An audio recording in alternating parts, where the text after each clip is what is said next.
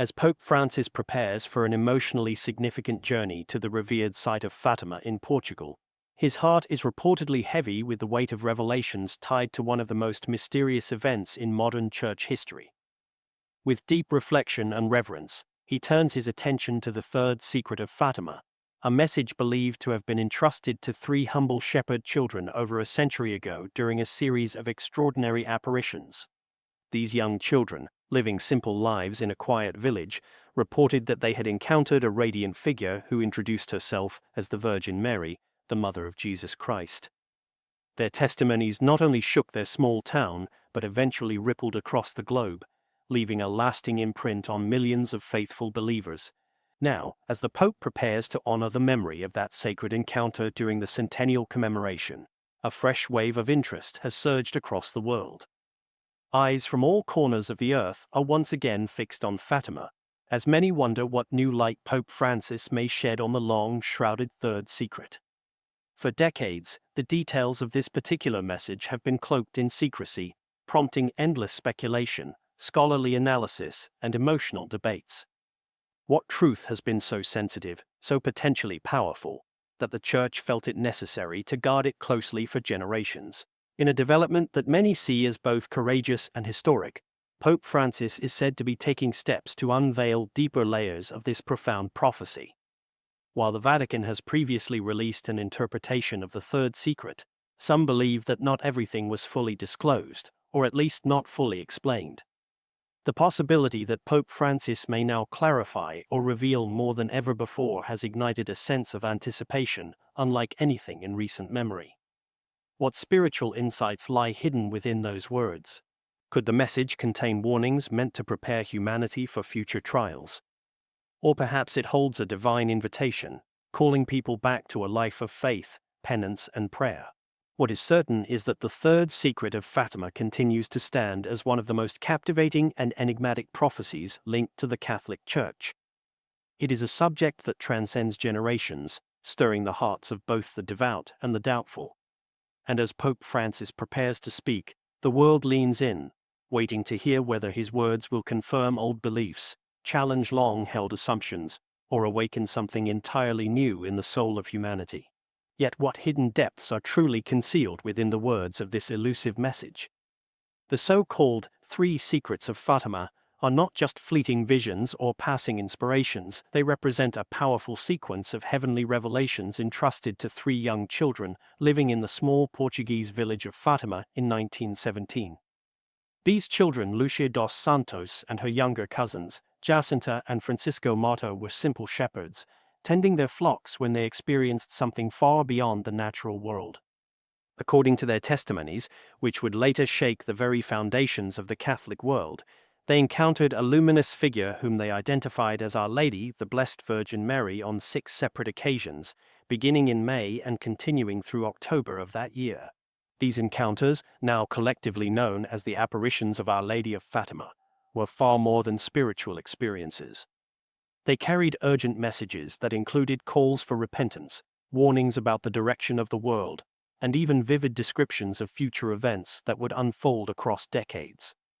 While the first 2 secrets shared during these visions were eventually made public relatively early, it was the third and final secret that sparked the most intrigue and the most silence.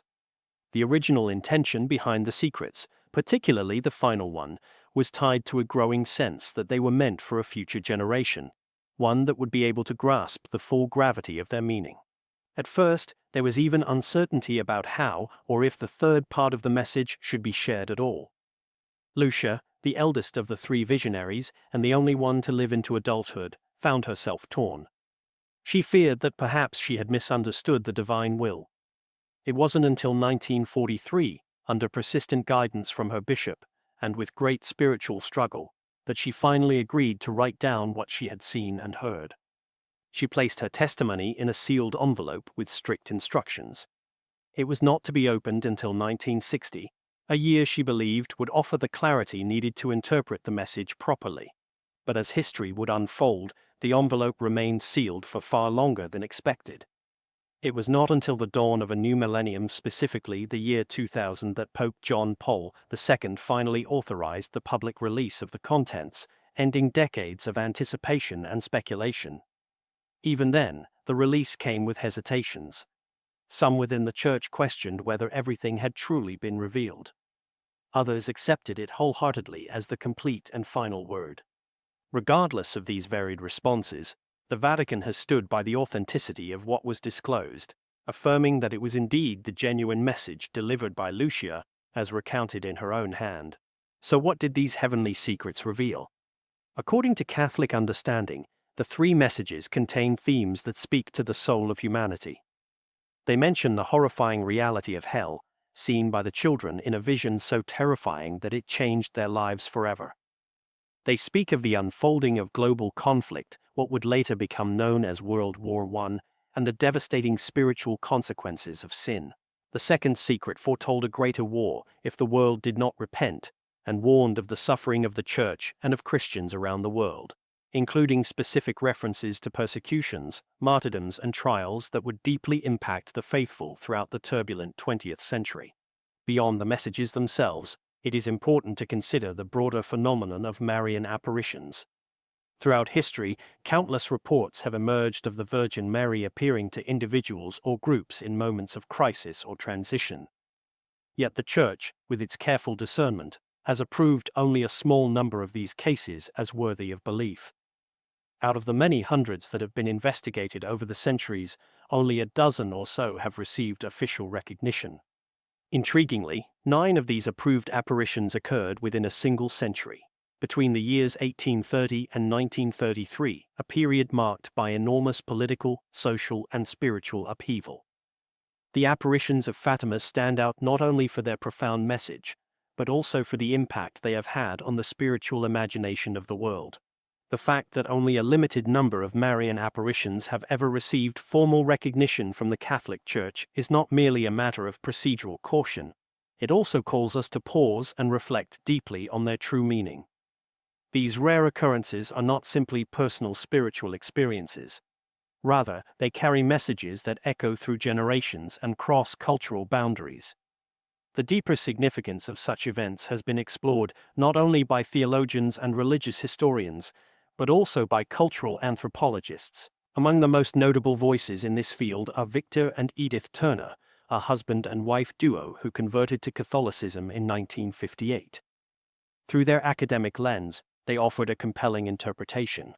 They believed that the rise of popular devotion to Marian apparitions, what some might call apparition cults, was in part a reaction by ordinary, often marginalized communities to the rapid societal changes unfolding after World War II. These heavenly visions offered comfort, stability, and divine reassurance during times of great uncertainty and upheaval. To understand the impact of the apparitions of Fatima more fully, one must look closely at the life of Lucia dos Santos, the primary voice through which the world came to know the secrets revealed during the events of 1917. Lucia's life, shaped by humility and unwavering faith, offers more than just historical interest. It becomes a lens through which we can glimpse the continuity of the message she received. At the tender age of 14, Lucia was sent to a boarding school run by the Sisters of St. Dorothy in the town of Vilar, near the city of Porto in northern Portugal. It was here that her formation as a religious young woman began to deepen. Later in life, she would enter a cloistered convent in the Spanish town of Tui, just beyond the Portuguese border, where she took the religious name Sister Maria Lucia of Jesus and of the Immaculate Heart. What makes Lucia's story even more compelling is that her spiritual encounters did not end with the famous apparitions of her childhood. Throughout her adult life, she continued to experience private visions, moments of divine intimacy that reaffirmed the authenticity and urgency of her early encounters. In the 1930s, the Bishop of Leiria, recognizing the importance of preserving these revelations in written form, encouraged Sister Lucia to document everything she could recall. These writings would not only preserve the legacy of her cousins, Jacinta and Francisco, who had both passed away young, but also shed more light on the events of 1917 for future generations. It was during this process of reflection and documentation that something long hinted at began to take clearer shape. While the concept of a secret being entrusted to the children had already been mentioned during the July 1917 apparition, it remained shrouded in mystery for years. Lucia had initially spoken of this secret as a message with both consoling and troubling implications, something that would affect various people in different ways. However, it wasn't until 1941, in her third memoir, that she offered a more definitive description. Drawing comparisons with the pattern followed by Mélanie Calvat, the French visionary associated with the apparition at La Salette, Lucia eventually explained that the secret was actually composed of three distinct parts. The first two portions of the secret, which were spiritual and prophetic in nature, were released in 1941 and included revelations about the vision of hell and prophetic warnings concerning future global conflict and the role of Russia in world affairs. But the third part, the most debated and mysterious of them all, remained locked away. On January 3, 1944, under extraordinary circumstances, Sister Lucia finally committed the third secret to paper. At the time, she was living in fragile health within the convent at Tuy. A serious illness had overtaken her, and there was a real fear that she might pass away before being able to fulfill her responsibility of documenting the final part of the message. Moved by urgency and bound by obedience to her bishop, Lucia undertook the task with immense difficulty. Through her suffering and physical weakness, she wrote the message down in its entirety, managing to fit it on a single page. That document was then sealed and entrusted to church authorities, to be preserved and opened only at the appointed time. Years later, in an official theological commentary titled The Message of Fatima, Cardinal Joseph Ratzinger, who would later become Pope Benedict XVI, acknowledged that the third secret had long been a subject of intense speculation and controversy. For decades, people had offered countless interpretations and theories, ranging from political prophecies to apocalyptic scenarios. Cardinal Ratzinger addressed these interpretations with clarity, emphasizing the symbolic nature of the vision and encouraging the faithful to focus on its spiritual call to repentance, faith, and perseverance. Cardinal Joseph Ratzinger, in his calm and measured reflection on the Fatima message, emphasized an important reality. The contents of the third secret may not align with the dramatic expectations that many had imagined over the decades. Rather than offering a roadmap to predict future world events or dramatic cataclysms, the message carefully preserved in a sealed envelope for so many years revealed a deeply symbolic vision. It was not meant to stir fear or fascination, but to inspire spiritual reflection. According to Ratzinger, the vision does not provide a literal forecast of what is to come, but rather offers a powerful representation of the Church's journey through suffering, especially during the difficult trials of the 20th century, a century marked by faith being tested across nations and cultures. The language of the vision, he noted, is richly symbolic, full of imagery that must be interpreted with care and reverence. At its heart, the message is not about revealing hidden codes or predicting specific political events. It's about presenting a spiritual truth through the language of vision and metaphor.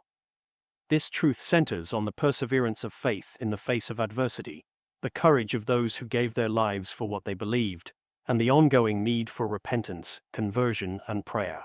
In this light, the third secret becomes not a warning of doom, but an invitation and appeal from heaven itself for the world to rediscover the essence of faith. The revelations at Fatima prompt a deeper question. What was the true purpose behind this divine communication? Why would the Blessed Virgin Mary, the Mother of Christ, choose to appear in a quiet village and speak to three unassuming children at such a tumultuous point in history? Was her message a response to the tragedies and transformations shaking the world at the time, or did it also carry a timeless relevance that extends even into our present day? Some skeptics have questioned whether the vision was merely a reflection of the children's cultural and religious environment. Yet, the depth and consistency of their testimony, coupled with the enduring global impact of the Fatima message, suggests something far more profound. To understand its true significance, we must revisit the moment itself, what Lucia and her young cousins witnessed during those remarkable months in 1917. One particular vision stands out for its intense spiritual symbolism and emotional depth. In obedience to her spiritual superiors, and in accordance with what she believed was God's will, Lucia carefully described a scene that she and her cousins experienced. She spoke of seeing a radiant figure holding a flaming sword, an angel whose presence was both awe-inspiring and solemn. The flames, though threatening in appearance, were extinguished not through force, but through the gentle brilliance that poured forth from the hand of the Virgin Mary. It was a symbolic image of divine mercy overcoming the fire of judgment. In this vision, the angel then pointed toward the earth and repeated a striking call: "Penance, penance, penance." These words echoed with urgency, not as a message of fear, but as a call to awaken spiritually. The repetition served as a gentle reminder to turn back to God with open hearts, to seek forgiveness, and to embrace a life rooted in humility and grace. The entire vision conveyed not a message of condemnation, but one of healing, a spiritual wake-up call wrapped in heavenly symbols. Lucia's account continued with a deeply moving image. She described a journey of countless men and women of faith, bishops, priests, religious sisters, and others ascending a steep and rugged mountain. At the summit stood a great cross, fashioned not with grandeur, but with simple, weathered wood, resembling the trunks of ancient trees. This mountain represented the long and difficult path of spiritual devotion, where faith must climb through hardship to reach union with Christ. It was a portrait of sacrifice, perseverance, and silent strength. Among those on this sacred path was a figure representing the Holy Father, a symbolic portrayal of the Pope. His steps were marked by sorrow and compassion as he moved through a place marred by suffering. His every gesture expressed prayer and reverence for those who had endured hardship before him. But as the vision continued, it took on a more solemn tone. The path grew heavier, marked by the visible presence of mourning and trial. The Pope paused before the great cross in prayer, a moment of surrender and communion with God. What followed, though expressed in deeply symbolic terms, was interpreted by many as a representation of sacrifice, a profound act of offering in the face of spiritual conflict. The scene reflected the cost of fidelity to truth, the weight carried by those in leadership, and the redemptive nature of suffering embraced for the sake of others. Rather than focusing on literal outcomes or fearful predictions, the message invited reflection on how courage and prayer are needed to endure life's spiritual challenges. When taken as a whole, the vision entrusted to the children of Fatima is not one of doom, but of light. It speaks of mercy interrupting destruction, of grace that flows from the hands of the Blessed Virgin, and of a church that walks a difficult path, not in vain, but in hope. The message is one of transformation, a divine reminder that the journey of faith, no matter how steep, is one that leads ultimately to the cross, and through the cross to resurrection. Yet the vision did not conclude with the sorrowful image of the Pope's symbolic sacrifice. What followed was a deeply moving continuation, one that, though described in vivid spiritual imagery, carried a solemn yet hopeful message. In this extended vision, the three children witnessed a scene of widespread suffering, where countless individuals of faith, bishops, priests, religious sisters, and believers from all walks of life were portrayed as journeying along the same path of sacrifice. Each figure, though different in vocation and background, seemed united in one purpose: the quiet and holy offering of their lives for something greater than themselves. It was not portrayed as meaningless tragedy, but as a profound testimony of devotion in a time of immense trial. Beneath the embrace of the towering cross stood two angels, luminous in their presence and gentle in their actions. Each carried in hand a crystalline vessel known as an aspergillum, a sacred object used in the church for the sprinkling of holy water, often during moments of blessing and purification. In the vision, these angels reverently gathered the symbolic offerings, the sacrifices made by those faithful souls, and gently sprinkled this essence upward, toward the realm of the divine. It was a representation not of loss, but of sanctification. Through their actions, the vision conveyed a message of spiritual cleansing, of transformation through suffering, and of ascent toward holiness. Although the vision's imagery is rich and emotionally stirring, it is important to see beyond the surface and understand its deeper meaning. At its core, this portrayal serves as a solemn reminder, a divine invitation to personal conversion. The spiritual message is clear. Humanity is called to turn away from sin, to embrace humility, and to walk a path marked by virtue and truth. The fiery sword held by the angel in earlier parts of the vision symbolized divine justice, a sign that our choices bear consequences, and that the world is in need of repentance. But countering this image was the radiant light that flowed from the hand of the Virgin Mary, a light that extinguished the flames and reminded the faithful of God's enduring mercy. This divine balance between justice and mercy stands at the heart of the Fatima revelations. The repetition of the word penance echoes throughout the vision not as a cry of despair, but as a call to spiritual renewal. The symbolic journey of the Pope and countless other faithful souls highlights the Christian theme of redemptive suffering as sacrifice not for the sake of pain, but for the sanctification of others and ultimately the world. This is not a narrative of fear, but one of hope rooted in deep spiritual tradition. The vision's depiction of widespread challenges reflects the timeless reality of the human condition. The ongoing spiritual battle between light and darkness, between faith and doubt. Yet even in this depiction of adversity, the image of the angels gently sanctifying the faithful brings forward a message of triumph.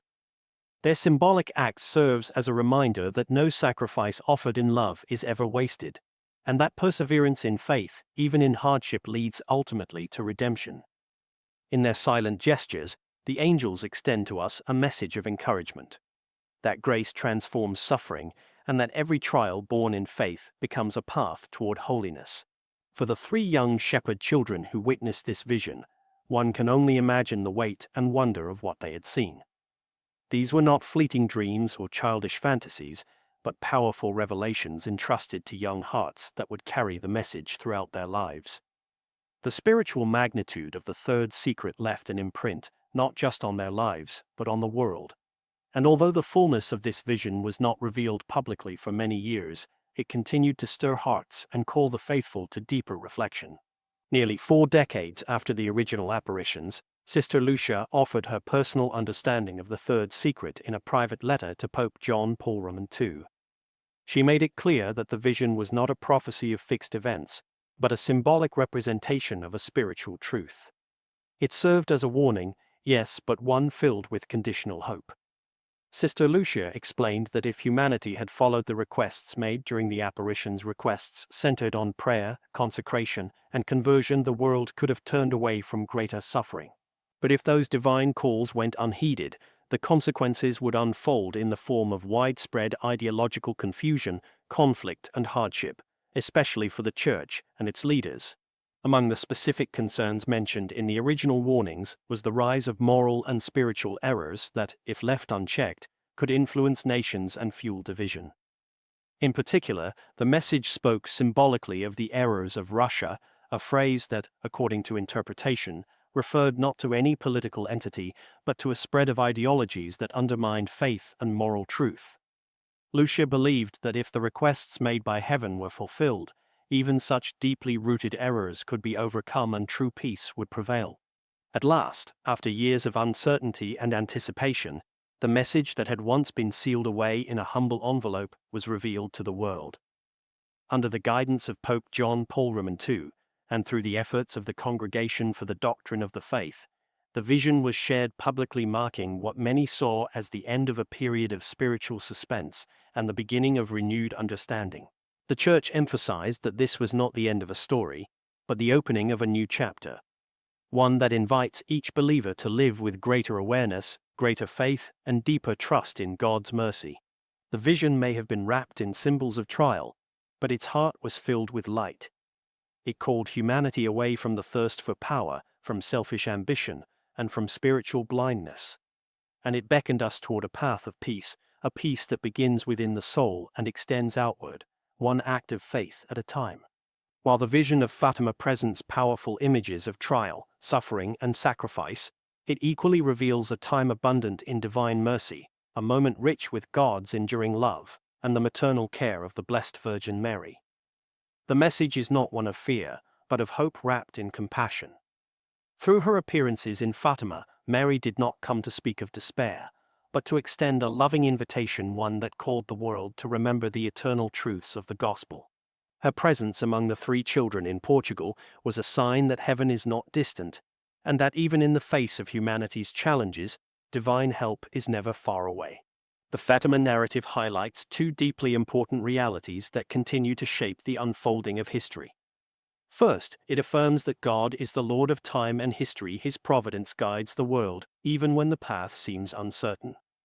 Second, it reminds us that we, as individuals and as a global family, are not passive witnesses to the events of our era.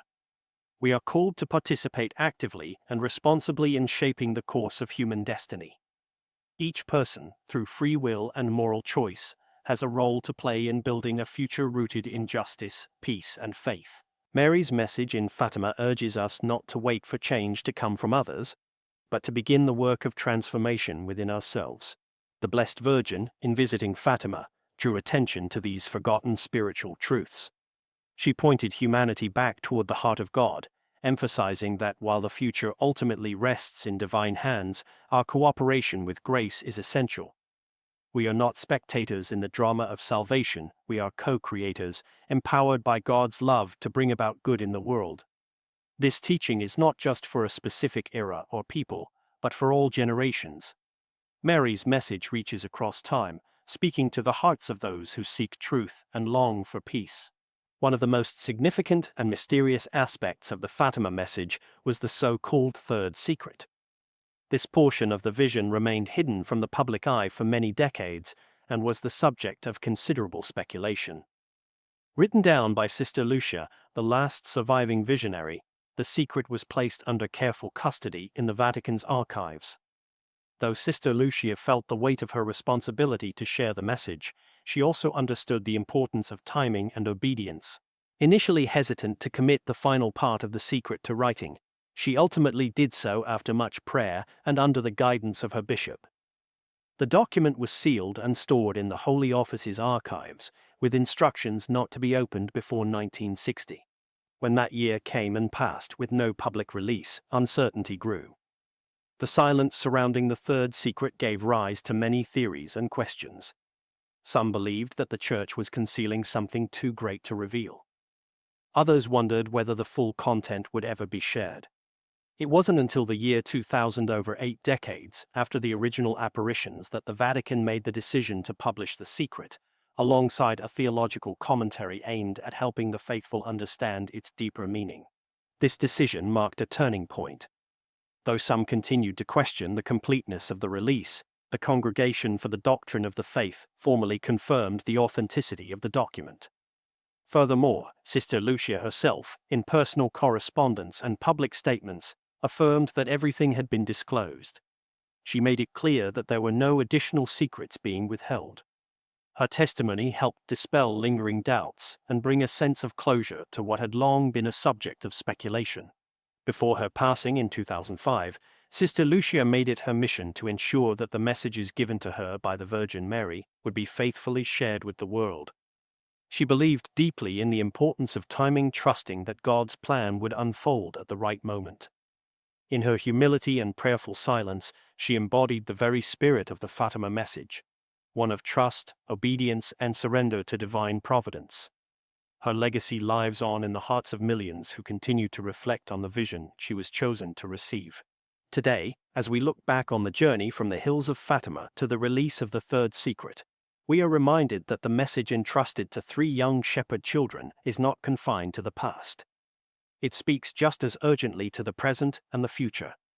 It invites us to live with greater awareness of God's presence, to listen with open hearts, and to walk forward in faith, hand in hand with the message of peace and mercy that Our Lady so gently offered.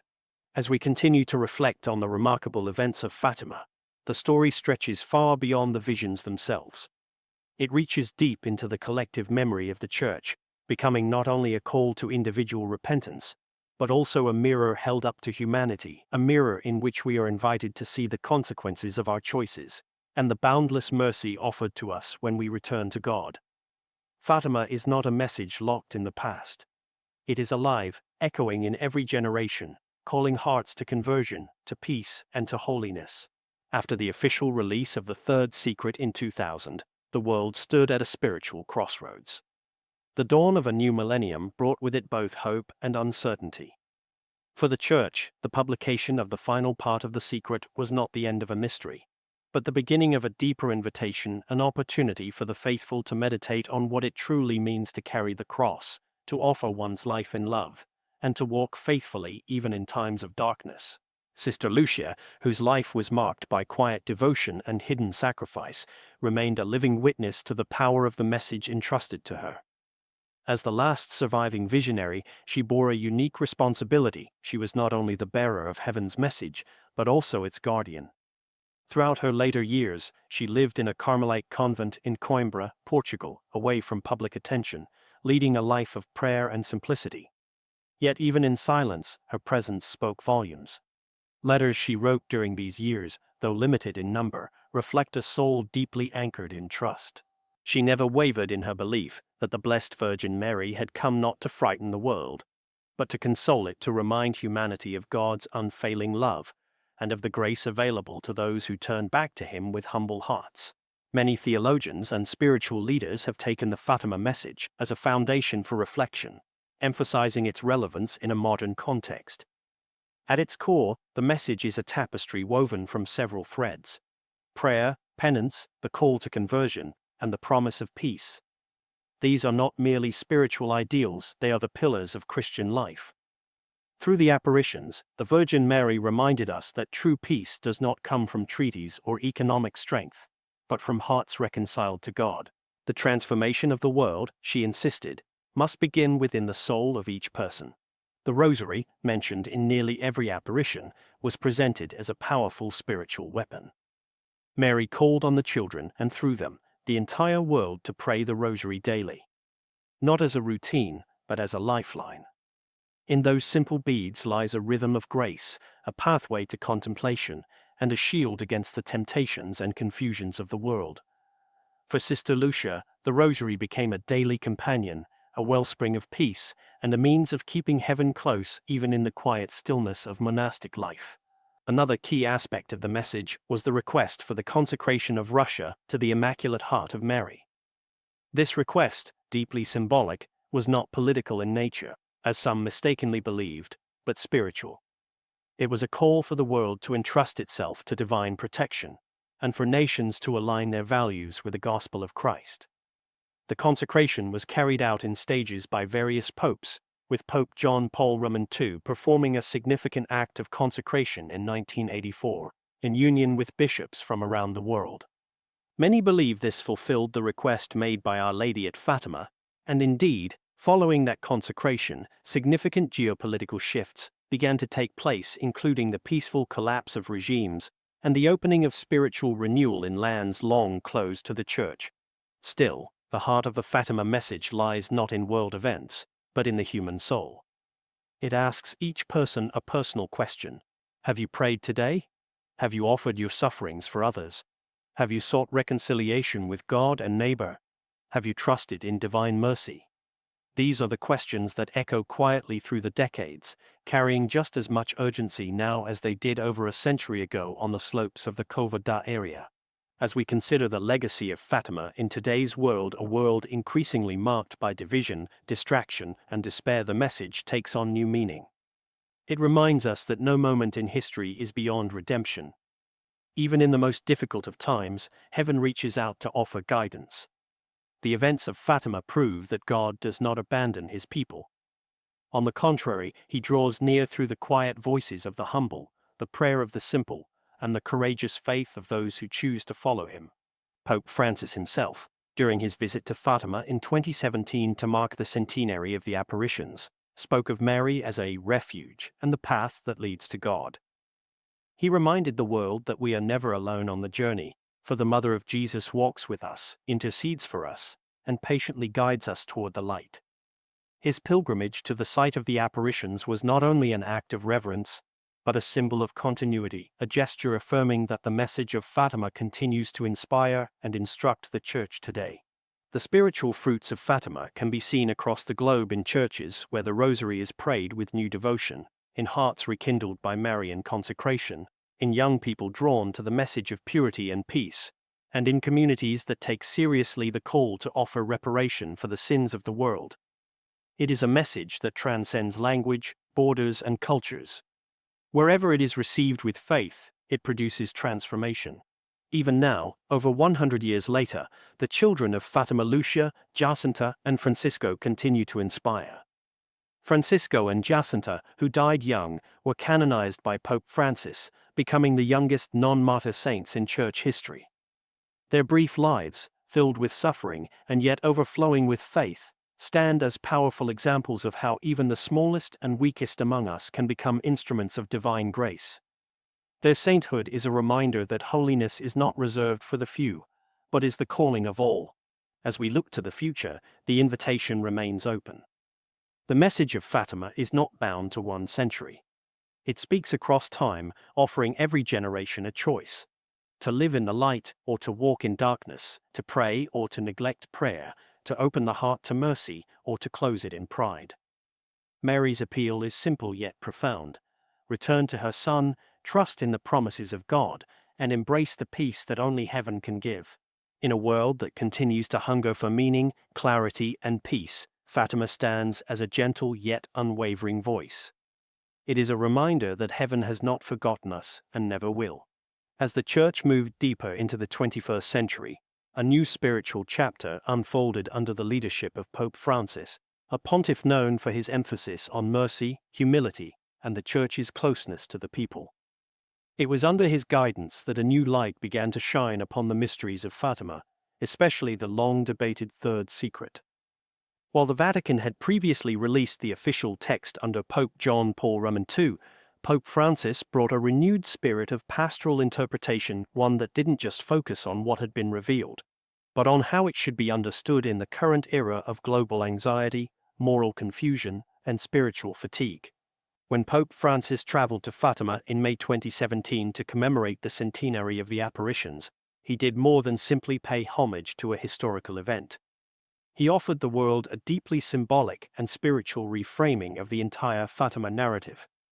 In his homilies and addresses during the visit, he carefully positioned the message not as a distant or finished prophecy, but as a living guidepost. For Pope Francis, the third secret, though revealed, had not lost its urgency. Instead, he suggested, its full meaning would only be understood through prayer, reflection, and spiritual discernment. One of the more subtle yet profound gestures made during his visit was his decision to spend an extended period in silent prayer before the statue of Our Lady of Fatima. That silence spoke volumes. It echoed the silence of the Virgin in the Gospels, the silence of the children of Fatima when asked to keep the secrets entrusted to them, and the silence of the Church as it wrestled with the implications of the secret across decades. For many observers, this moment encapsulated the essence of Francis's approach: contemplation before explanation, prayer before public pronouncements. Though the contents of the third secret were already known, the symbolic vision of the bishop dressed in white, the pilgrimage through a ruined city, the ascension toward the rugged cross, Pope Francis invited the world to look again. But this time, through a lens not of speculation, but of spiritual relevance. He warned that if the Church treated the message of Fatima as a historical curiosity or a solved riddle, it would miss its transformative power. In his view, the prophecy was not meant to predict specific geopolitical events, but to awaken the conscience of the world. Interestingly, under Pope Francis's leadership, there was also a renewed interest in re-examining the symbolic depth of the vision. The suffering of the bishop dressed in white was often interpreted narrowly as a reference to the assassination attempt on Pope John Paul II. But Francis subtly expanded the meaning, presenting it as an image of the papacy itself, burdened by the sins of the world, carrying the weight of the faithful, and walking through spiritual ruins not of cities, but of souls. His message was clear. The vision applies to every pope, every generation, and every heart that dares to walk with Christ through the brokenness of the world. This interpretive shift also brought with it a renewed emphasis on prayer for the Church, especially for its leaders. In an era where scandals, division, and ideological clashes have tested the Church's credibility and unity, Pope Francis invited the faithful to return to what the Virgin Mary asked for in Fatima: prayer, penance, and reparation, not only for personal sins, but for the collective wounds of the Church. He spoke not as a distant authority, but as a spiritual father who knows that without prayer, the Church is vulnerable to the same spiritual decay that threatens every soul. What also emerged during Pope Francis's time as pontiff was a deeper pastoral connection to Sister Lucia's writings, many of which had remained less publicized. While The Third Secret was formally published in 2000, Sister Lucia's personal letters and spiritual interpretations had long offered additional layers of meaning. Pope Francis encouraged theologians and faithful alike to revisit these writings, not as new revelations, but as tools for meditation. In doing so, he helped elevate the prophetic voice of a humble nun who had dedicated her entire life to safeguarding a heavenly message. During a gathering with bishops and clergy in Portugal, Pope Francis openly acknowledged the skepticism and debate that had surrounded the Third Secret for years. However, instead of fueling controversy, he gently redirected the conversation. Let us not get lost in decoding visions, but ask ourselves how we are responding to what heaven has already told us. In that single sentence, he drew a sharp line between curiosity and conversion. For Francis, the Third Secret was not a puzzle to solve, but a spiritual appeal waiting for a response. Another critical dimension of Pope Francis's interpretation was his insistence that the message of Fatima is global, not confined to Europe or the West. As someone deeply attuned to the concerns of the global South, Francis highlighted the universal reach of Mary's maternal concern. In places facing war, poverty, religious persecution, and environmental collapse, the call to penance and prayer has never been more needed. Fatima, in this sense, becomes a rallying cry not just for the Church, but for all humanity to return to spiritual roots and moral clarity. Perhaps one of the most moving moments of Pope Francis's Fatima pilgrimage was his consecration of the world once again to the Immaculate Heart of Mary. Unlike previous consecrations, this one was framed not only as an act of protection, but as an act of surrender. Francis spoke of humanity's wounded dignity, its lost innocence, and its desperate search for peace in a world of noise. He placed all of its joys, failures, dreams, and fears into the hands of the Blessed Virgin, trusting that, like at Cana, she would intercede once again for her children. Behind the scenes, church scholars noted that Pope Francis had quietly encouraged the publication of more accessible texts related to Fatima. New catechetical resources were developed, not to uncover hidden information, but to guide parishes in living out the message. These included prayer guides, simplified narratives for children and youth, and global rosary campaigns aimed at reigniting Marian devotion. Under his leadership, the emphasis shifted from mystery to mission, from secrecy to spiritual action. To this day, Pope Francis continues to invoke Our Lady of Fatima in his public prayers, especially during times of crisis. Whether praying for peace during international conflict or offering comfort in the midst of a global pandemic, he returns to her message with constancy. For him, Fatima is not just a chapter in church history, it is a living grace, a light that still guides the path of a church seeking healing, reconciliation, and renewal. And perhaps that is the most profound interpretation of all. Pope Francis has shown the world that the Third Secret of Fatima was never about the curiosity of hidden pages. It was, and always will be, about the conversion of hearts. About the triumph of mercy over fear. And about the quiet, patient love of a mother who never gives up on her children, no matter how far they wander. In the quiet aftermath of Pope Francis's prayerful visit to Fatima, the world was left with more than the echo of church bells and papal words. It was left with a renewed sense of urgency. The apparitions of 1917, once spoken only in hushed reverence, had returned to the forefront of the Church's conscience, not as a relic of the past, but as a living message for a weary world. What began with 3 children in a Portuguese field had grown into a global spiritual movement, and now more than ever, the heart of Fatima beats loudly in the rhythm of modern life. The decades following the release of The Third Secret revealed a church and a society grappling with profound change. Technology advanced at a breathtaking pace, borders shifted, economies swelled and stumbled, and moral frameworks once taken for granted seemed to dissolve into a sea of confusion. Yet in the midst of all these transformations, the call of Fatima remained crystal clear. Pray, repent, and return to God. For many, this message has become a compass in an increasingly disoriented age. Pilgrimages to the sanctuary of Our Lady of Fatima have steadily increased, drawing not only the devout elderly and religious scholars, but also young people searching for answers that the digital world cannot offer. There is something deeply magnetic about that sacred place, something that transcends language and nationality. Pilgrims speak of a profound silence that overtakes them when standing before the chapel of the apparitions, where a single statue marks the spot where heaven once touched earth. Some leave behind crutches, photos, handwritten prayers. Others leave in tears, forever changed by the presence they feel there. These personal encounters are the living fruit of the Fatima message. They speak to its power not through fear, but through the transformation it inspires. Families who had drifted apart return home united.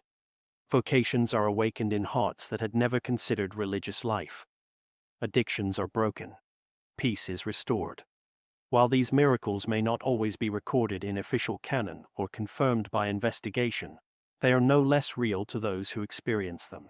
Beyond the sanctuary grounds, the message of Fatima has inspired countless movements and devotions around the world. Entire parishes have formed prayer groups dedicated to the daily rosary, often recited with the same fervor the children of Fatima once displayed. First Saturday devotions, as requested by Our Lady, have seen a revival in communities longing for reparation and healing. Marian consecration, once practiced by a few, is now embraced by millions, including through digital campaigns that guide the faithful in renewing their commitment to the Immaculate Heart. What makes Fatima endure is its simplicity. The Virgin did not come with complex theology or detailed blueprints. She came as a mother with sorrow in her eyes and hope in her voice. Her message was not complicated. Pray the rosary every day. Make sacrifices for sinners. Offer your sufferings for the conversion of the world. These instructions, though gentle, carry the weight of eternity. In modern times, the relevance of these instructions has only intensified. As society grows more distracted, fragmented, and hostile to faith, the clarity of Fatima offers a kind of spiritual antidote. Where the world promotes self-indulgence, Fatima calls for sacrifice. Where the world exalts noise, Fatima invites silence. Where the world questions truth, Fatima points firmly to the gospel. It is this contrast, this counter-cultural purity, that makes the message so powerful in a time of great uncertainty. Many have wondered why the Blessed Virgin chose 3 uneducated children to deliver such a cosmic message. But in doing so, she revealed a divine pattern repeated throughout salvation history. God chooses the humble to confound the wise. Lucia, Jacinta, and Francisco were not scholars, priests, or philosophers. They were shepherds. Their purity of heart and simplicity of soul allowed them to see and hear what others could not. In them, we see the childlike faith that Jesus himself said was necessary to enter the kingdom of heaven. The impact of Fatima also extends to global church leadership. Successive popes since the apparitions have turned to Our Lady of Fatima during moments of global crisis. Pope Pius Roman XII famously credited her intercession with protecting Rome during World War II. Pope Paul Roman VI visited the shrine in 1967, offering prayers for peace during a time of global upheaval. Pope John Paul Roman II, wounded by an assassin's bullet on the feast day of Our Lady of Fatima, later attributed his survival to her miraculous protection, going so far as to place the bullet that struck him into the crown of her statue. This chain of Marian devotion continued with Pope Benedict Roman XVI, and now with Pope Francis, each offering their unique pastoral response to the enduring call of the Queen of Heaven. While much attention has been paid to the third secret, the true treasure of Fatima lies in its universal invitation. It is not bound to political errors, national conflicts, or secret documents. It is a spiritual mirror. It shows us where we are and where we are called to be. Through Mary's voice, heaven pleaded for the conversion of the heart. Not just the heart of nations, but each individual soul. She did not demand grand achievements. She asked for something far more difficult in today's world: daily faithfulness. And so, as we reflect on all that has been revealed and all that remains to be lived, we must ask ourselves, what have we done with the message of Fatima? Have we prayed? Have we offered sacrifices, even small ones, for others? Have we turned away from sin and embraced God's mercy? These are not questions for mystics and monks.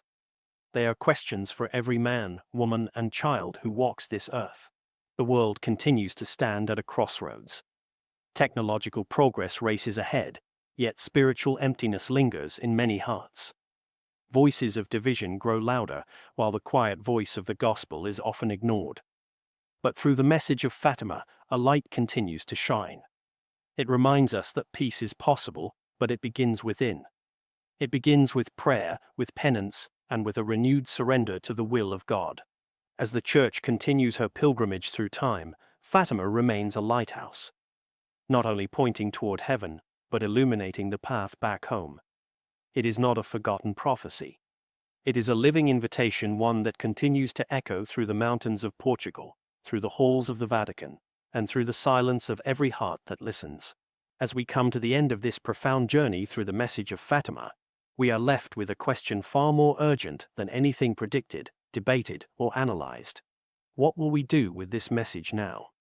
The secrets may have been revealed, the visions recorded, and the events commemorated, but the mission entrusted to the world by the Blessed Virgin Mary is far from over.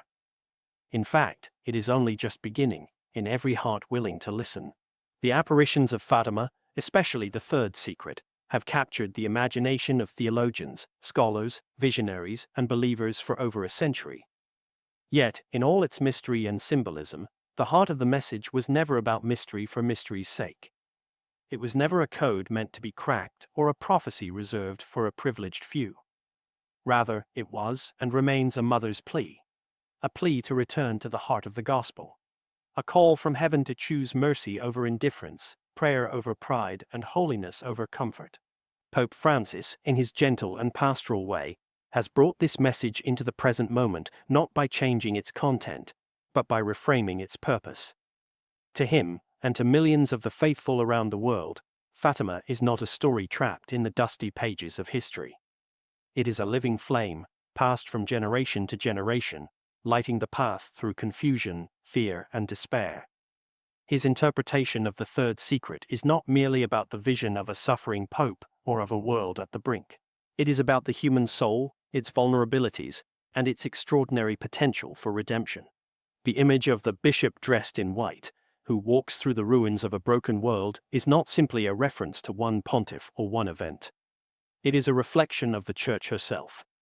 The modern world, fragmented by individualism, shaken by scandal, torn by war and indifference, mirrors the broken city described in the vision. And just like the Holy Father in that vision, the Church continues to journey, step by step, through these ruins, not in defeat, but in intercession. Praying for the dead, for the lost, for the living. Offering her own woundedness to God for the sake of a world in need of healing. This vision, then, is not one of hopelessness, but of profound sacrifice. And within that sacrifice lies the seed of transformation. For every soul that chooses to respond to Mary's call to pray, to convert, to offer themselves in humble service, another brick is laid on the road to peace. Another soul is reclaimed. Another light is lit. The final lines of the Third Secret, which speak of angels collecting the spiritual offerings of the faithful and presenting them to God, are among the most beautiful in the entire Fatima narrative. They show us what heaven sees in our efforts. Nothing is wasted. No tear shed in prayer, no silent act of love, no small offering of suffering is ignored. All is gathered, all is sanctified, all is used for the redemption of the world. Sister Lucia understood this deeply. In her final years, cloistered in silence and prayer, she continued to carry the weight of this message, not as a burden, but as a sacred trust. Her letters reflect the clarity of a soul in union with the will of God. She never sought attention. She never exploited her role. She remained hidden, just as the Blessed Virgin had once chosen to appear not in the halls of power, but in a field before 3 unknown children. This humility is perhaps the greatest lesson of all. God speaks most clearly in silence, most powerfully through the small, and most often through those the world overlooks. Before her death in 2005, Sister Lucia expressed her final hope not for vindication or historical recognition, but that the world would finally take the message seriously. That people would pray the rosary daily. That they would make reparation for the sins that wound the Sacred Heart. That they would trust in the mercy of God, no matter how dark the night may become. Pope Francis has echoed these same hopes in his own way. By entrusting his papacy to Mary, by praying before her image at Fatima, and by calling the faithful to conversion without delay, he has reminded the Church that the message has not faded. It remains, waiting to be lived. As this story draws to a close, we are invited not just to remember, but to respond. The secrets have been revealed. The interpretation has been offered. The tears of the Virgin Mary, seen flowing from statues around the world, continue to fall not as a symbol of despair, but as a mother's grief for her children who have forgotten the path of peace. The world today stands in desperate need of this message. In our homes, our families, our nations, we see the signs. Division, fear, confusion, faith mocked, truth blurred. And yet, even now, Mary's voice calls through the noise. Return to my son. Pray. Do penance. Trust. These words are not outdated. They are eternal. They are the antidote to a wounded world. To the elderly who wonder if their prayers still matter, know that they do. To the young who feel lost in a digital storm, know that Mary sees you. To the families struggling to hold on to love and unity, know that heaven fights for you. To the church, often weary and misunderstood, know that your suffering is not in vain. In the end, the third secret of Fatima is not about doom. It is about decision. The decision each soul must make to follow Christ, to honor his mother, and to become, in their own way, a light in the darkness. So let us answer the call. Let us take up our rosaries with courage. Let us offer our lives in quiet faithfulness. Let us walk forward, not in fear, but in trust, knowing that no matter how difficult the journey, we are never alone. The Lady of Fatima walks with us. She prays for us. She weeps for us. But above all, she believes in what we can become through the grace of her Son. May the message of Fatima live on in hearts awakened, in lives renewed, and in a church forever marching forward under the banner of hope, toward the final victory of love.